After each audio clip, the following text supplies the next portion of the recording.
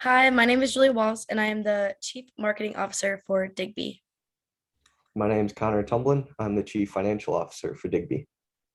My name's Noah Smith. I'm the CEO and head of production of Digby, and welcome to Digby's performance analysis.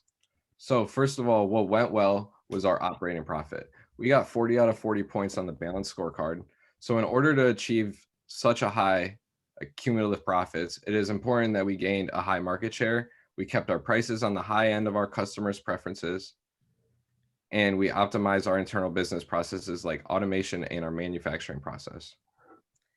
Our next thing that went well for us would be our market cap, and that was at 37% of the total market.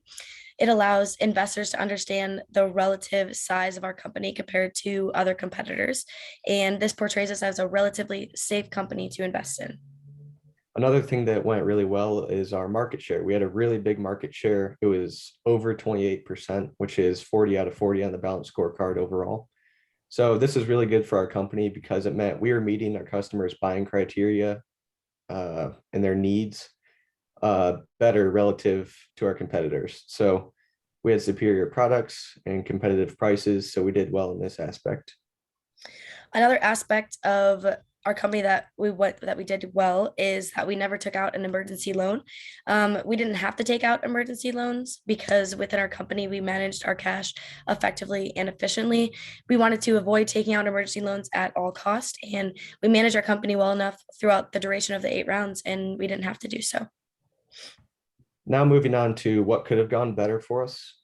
We wasted money on capacity for a couple of our products, especially Days, which is our low tech product that we came out with first. It was just way too high. And when we projected our demand, we basically had twice as much capacity as we needed. So we were just pointlessly increasing our R&D costs, and we could have used that cash for other things like R&D or marketing or whatever else, but we just had too much capacity for those. So another thing that could have gone better was we should have increased our leverage, which would have enhanced our returns for investors according to the DuPont chain of ratios. So by not taking out more loans, we were leaving money on the table. So what did we do well that our competitors did not? First, we increased our automation early. So this allowed us to keep our variable costs down, which helped our contribution margin. So we didn't need more labor hours spent on production. Instead, it was just automated. So this brought our variable costs down. So with a higher contribution margin, then this helped us to sort of increase our operating leverage a little bit. So that gave us an early jump on our competitors. We received full credit for our contribution margin as early as round 3. And then we maintained a full score the whole way on. So it was good that we got that early.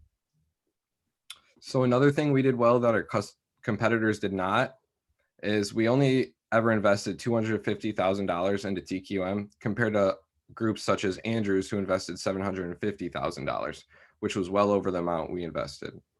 Investing money into TQM has benefits such as lower cost of materials, lower cost of labor, faster R&D upgrades, smaller SG&A expenses, and increased demand for your products.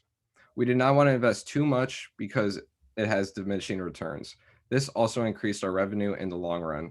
So we got a 3 out of 3 on all TQM components for round 8. And you can see that in the slideshow.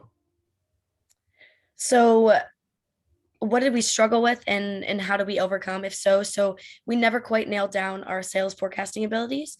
This often led to us producing too little of our products. We were stocking out a lot, and often in some products leaving profits and market share on the table. This led to us getting a forecasting score of 60 out of 100, as you can see on the slideshow, from the analysis report. Another thing we struggled with is we had too much inventory on hand at times, and this is largely due to overproduction. So since asset turnover equals sales divided by total assets, we had too many assets. So we had a relatively low asset turnover. This is apparent in our company's success measure for asset turnover.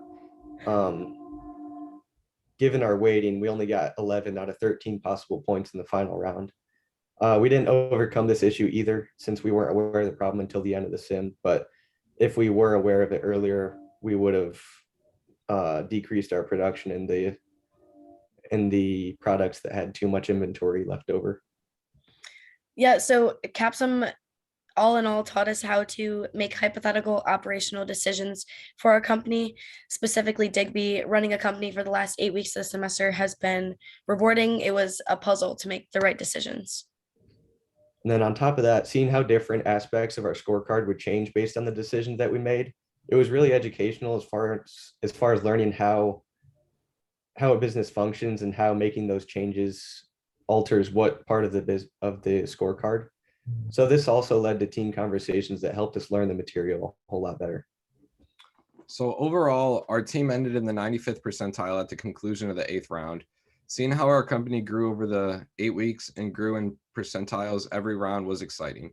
This simulation made us want to be competitive and be the best company having the best products. It was a rewarding experience. So this wraps up our Digby performance analysis. Thank you. Thank you.